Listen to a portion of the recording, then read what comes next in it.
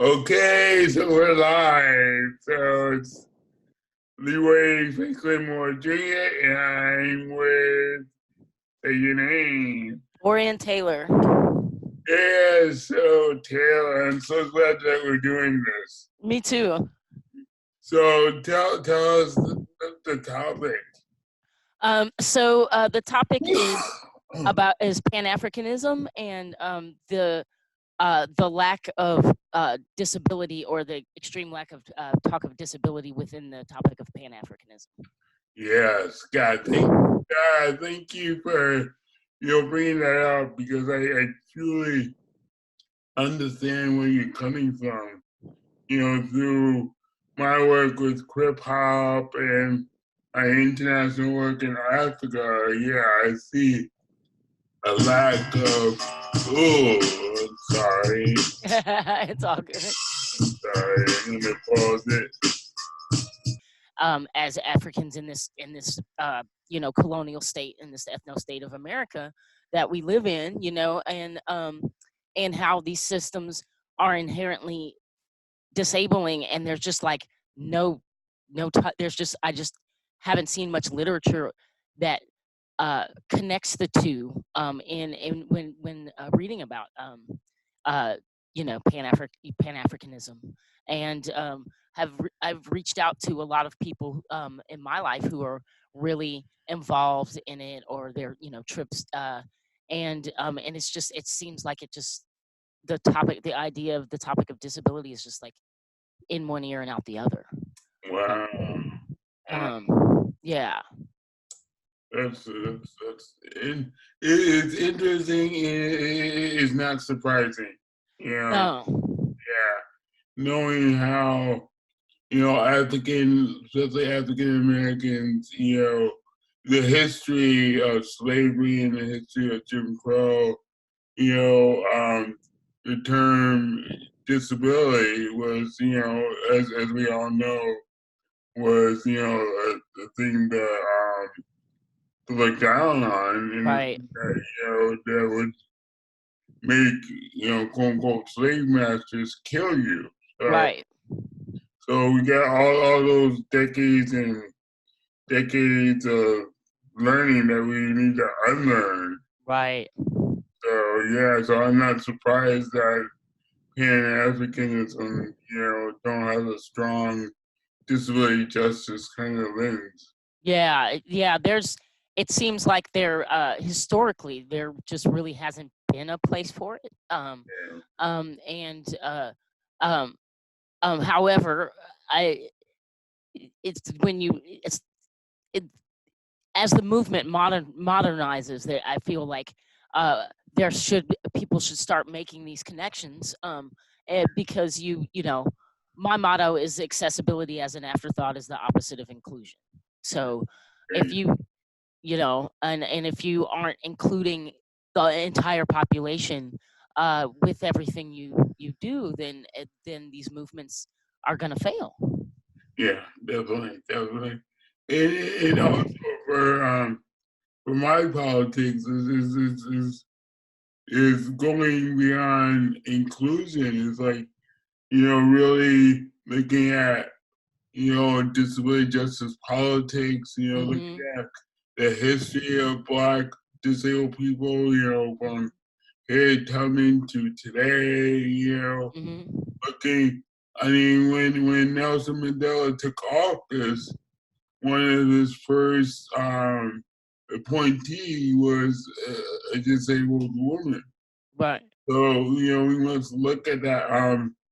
I know a brother in South Africa is doing a book now about apartheid and disability. And he's like, bringing out these lost voices that were never recognized, under apartheid. So, that kind of history is coming, but it's taking like one person at a time.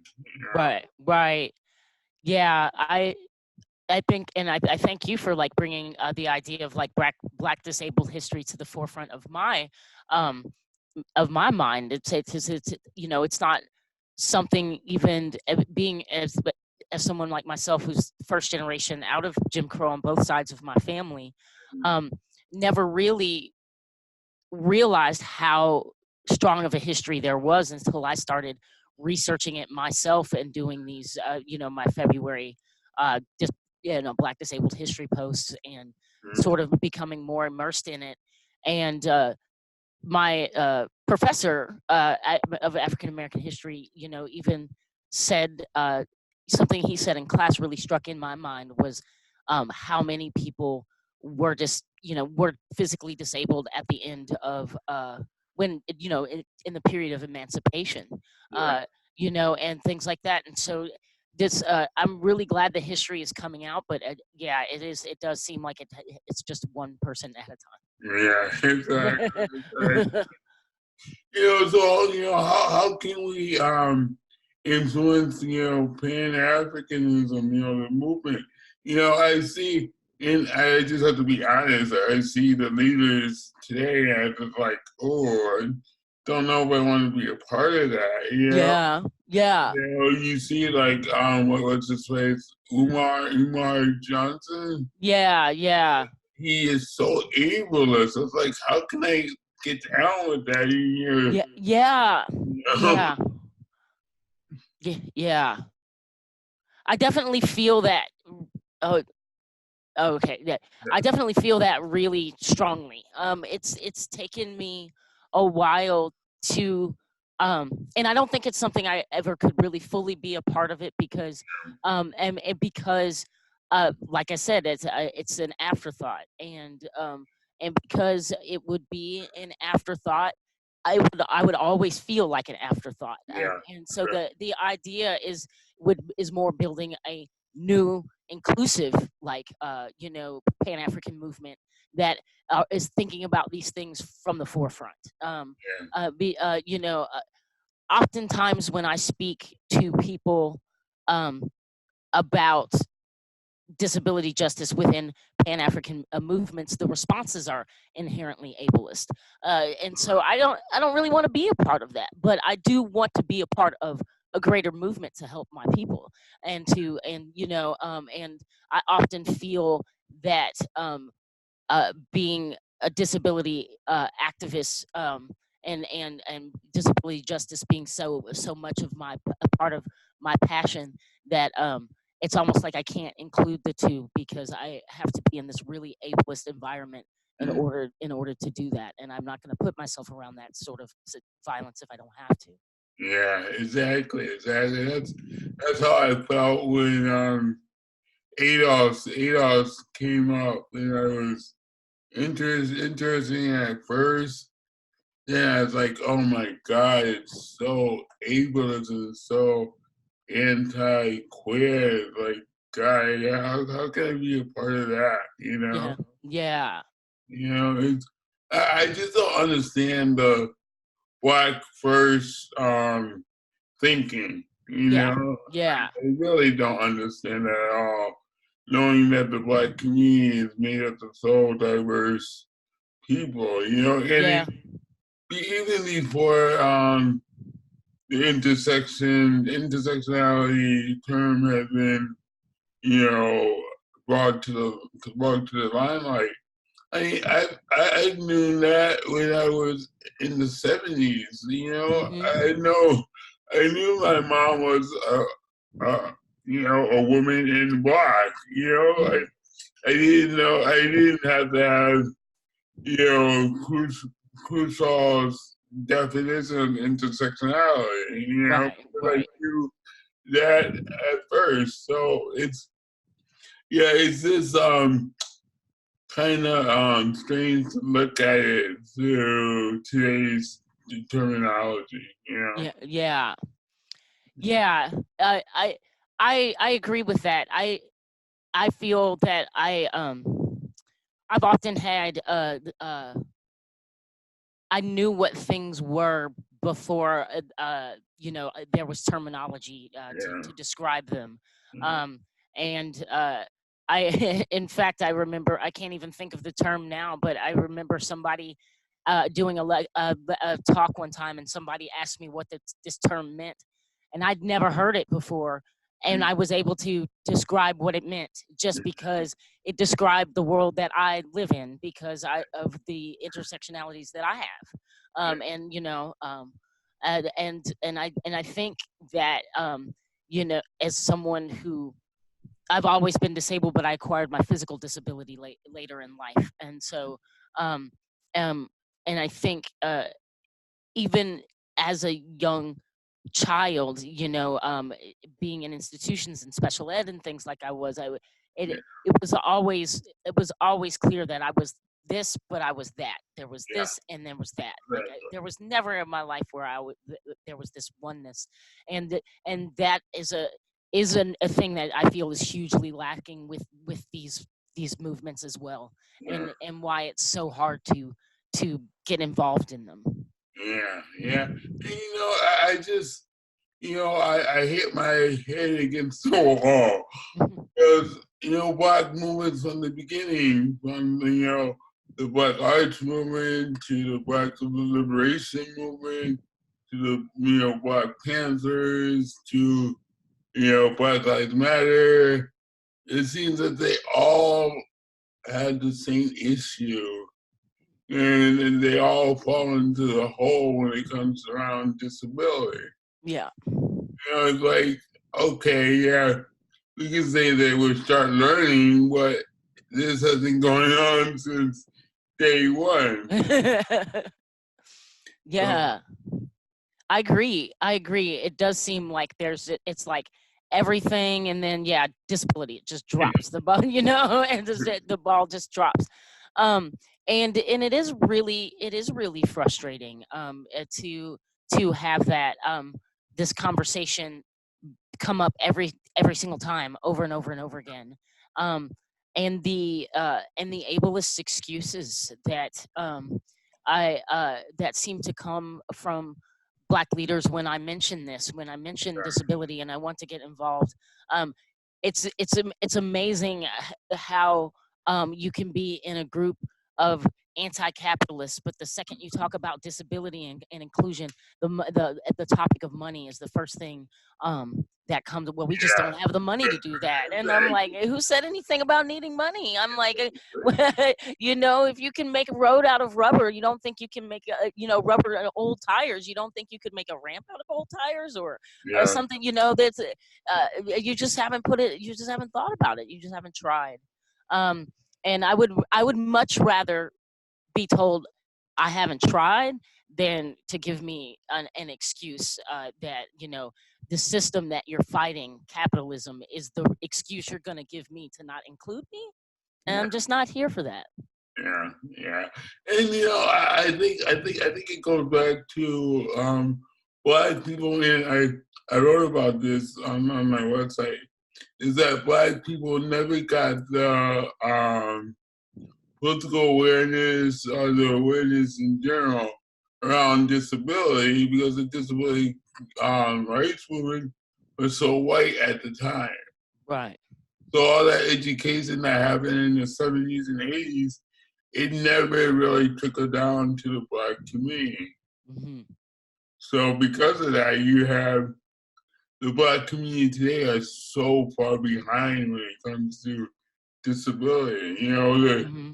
the disability rights community is, you know, going toward, you know, cultural stuff and, you know, disability studies, while the Black disability community is still trying to get services. Right. So it is such a far gap between them. And I think, I've been saying this for the last year, it needs to be a national Black disabled um, awareness campaign. Yeah. You know, it's long overdue. I mean, they do it in Africa. It's like, why we can't do it here? Yeah. You Yeah. and, and I think that's what frustrates me the most is that I'm given these excuses, and I'm like, but they do it in Africa. know? You know. Yeah. So, so you know, of course, you know the the Pan-African movement is still lacking disability because there's no education around Black disability issues. On a national scale, of course, there's individuals that's doing it, but on a national scale that has a large voice that can be on media, it could be on, radio 24/7, it's not there. Right.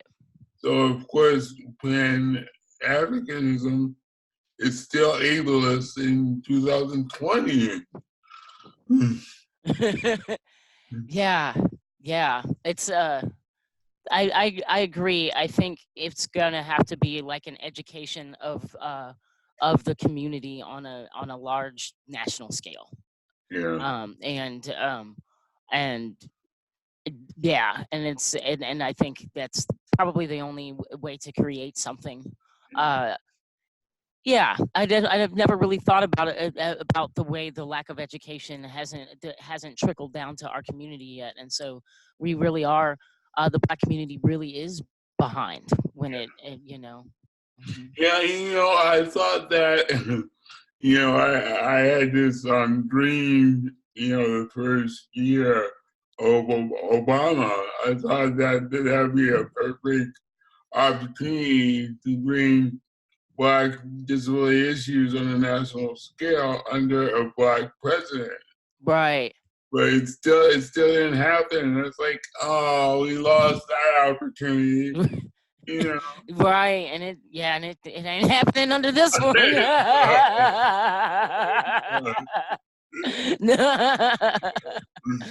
No way.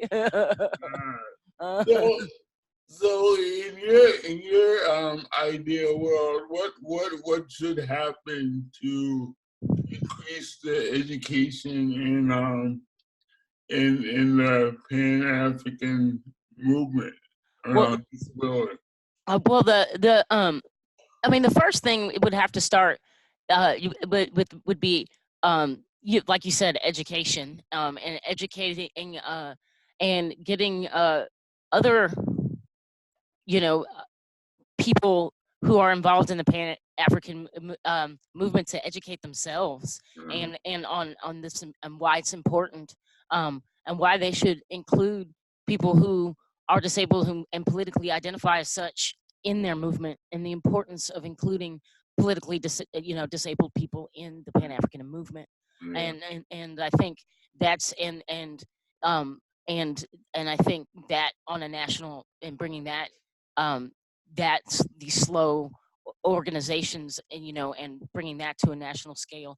I also think educating children at a young age on Black disabled history is very important, because like you said, disability is often written out of our heroes' stories, so much that somebody actually was shocked that I was able to do a Black Disabled History Month and continue it for more than 1 year. And like she was just surprised that there was more than 1 month that I could fill a whole month with Black disabled people in history, and much less do it 2 years in a row. And I was like, the only reason I can't do it 3 years in a row is because I'm in school right now. And and I was like, I could do it every year and not, Exactly. and have a different person. And so I think, re-education in that sense is another aspect too. That's important. Way to start. Wow. So beyond Pan-Africanism, what are you doing? You stay in school. Yeah. Right now I'm studying law and policy. I'm about halfway through my bachelor's degree. I'm thinking about minoring in human rights. I've just decided to dedicate my entire life to learning about these systems to dismantle them. and that has to do with, you know, how I acquired my physical disability and the fact that these systems, you know, have changed my life forever.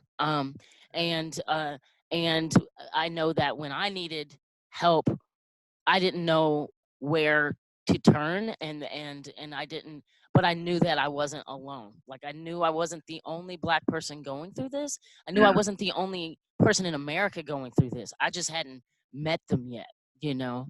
yeah, And so I feel great to have the opportunity to be in school to hopefully do that on a larger scale one day. that's good. That's great. Great. Mhm. Mhm. So, anything that we should cover? I mean, you know, Um, Pan-Africanism. let's see. Hmm. Like what? Can you like anybody? Sorry. We talked around disability. Mhm. Otis Smith, a friend of mine in San Diego. We do what's called Black Disability Talk, and he's a Pan African, you know, Mhm. and he's disabled, and he tells me that it's hard being disabled in this movement because he doesn't see himself, in the movement, Yeah. Yeah, I haven't really gotten a chance to really be involved in many things here in Mm, Seattle, because of the ableism in the movement. I tried to get involved in, it was like this book club for like people who black folks who, you know, dealing with systemic trauma, and it was just up the mm, hugest flight of stairs. You know,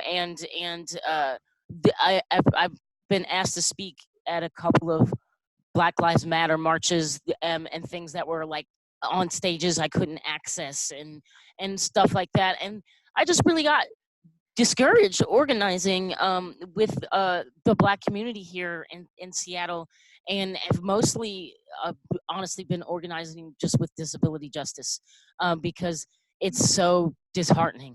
and I yeah, and yeah. I want to be involved, but it's really disheartening to get turned away by Black people all the time. Oh yeah. I understand that. I did that work in the '80s. Trying to get into Black organizations. This is a slam door constantly. Hmm. Yeah, yeah. You know. Hmm. So. So your disability justice work. What does that look like? I Yeah. do a lot. So since I stopped competing, I do a lot of speaking at colleges. And I've helped with some other people. I helped the one of the biggest projects I've done recently was to help the Master of Social Work program at the University of Washington include disability justice modules within their But, curriculum. Um, that's a that's the kind of stuff that I've been doing recently. I have been trying to work with the city uh, to change some of their policies on transportation, but it's been slam door, slam door, slam door. yeah. And I finally, so I'm actually moving very soon to the next county, and so uh, Um, I'm we'll get started there and see what happens there. Great, great. Yeah. Awesome. Uh-huh. Awesome. Yeah.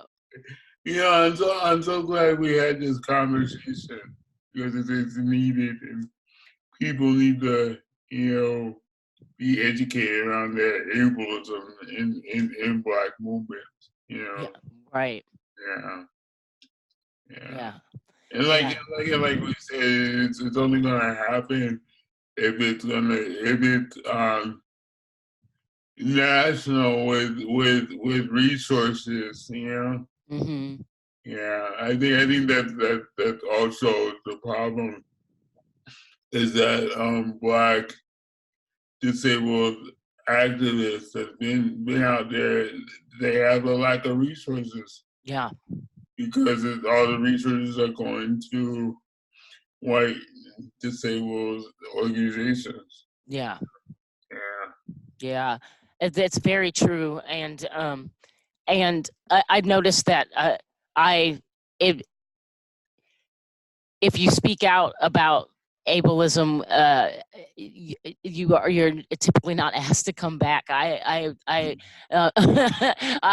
happened to me at Hampshire College. I was asked to do a disability subject for one of their. Uh, it was like some sort of a thing about reproductive justice, and I No. did this great talk, but there was some ableist experiences with how I was brought there, etc. And they never asked me to come back. No, we got to speak the truth. Yeah. Yeah. And that's not the only place that's happened. So, but it's true. I'd rather be asked to not come back than be silent. So. Yeah. Well, this is great. This is great. And I know it's only the beginning. I think other people should go deeper around the ableism and Pan-Africanism. Mm-hmm. And yeah. I know for Krip-Hop, we've been, on my website, I put out, terminology, because I think we have to change the terminology. Yeah. We have to have our own language, And so, yeah. So that's one thing that I've been doing, from Krip-Hop with a K to Afro-Krip. I put out a term called Afro-Krip. Right. Because it's true, because, disability is an international experience. So, and there's Afro people with disabilities all over the world. That's a very good point, and and that I like that Afro-Crip, because it is an international thing, and the ableism we experience is racialized based on being Afro-Crips. So and so the experiences we have reflect those intersections. Yeah, definitely. I think that's one reason I've been so uptight with the disability movement in the U.S., because it's so about I and not about we. And for myself, at age 52, I'm more international than just an I story. Right. I like to connect with our Black and brown brothers with disabilities in Brazil and Africa and other places, and just have my own story out there. Yeah. That's my next goal, is to start. I want to travel and to meet other Black and brown Crips from all over the world.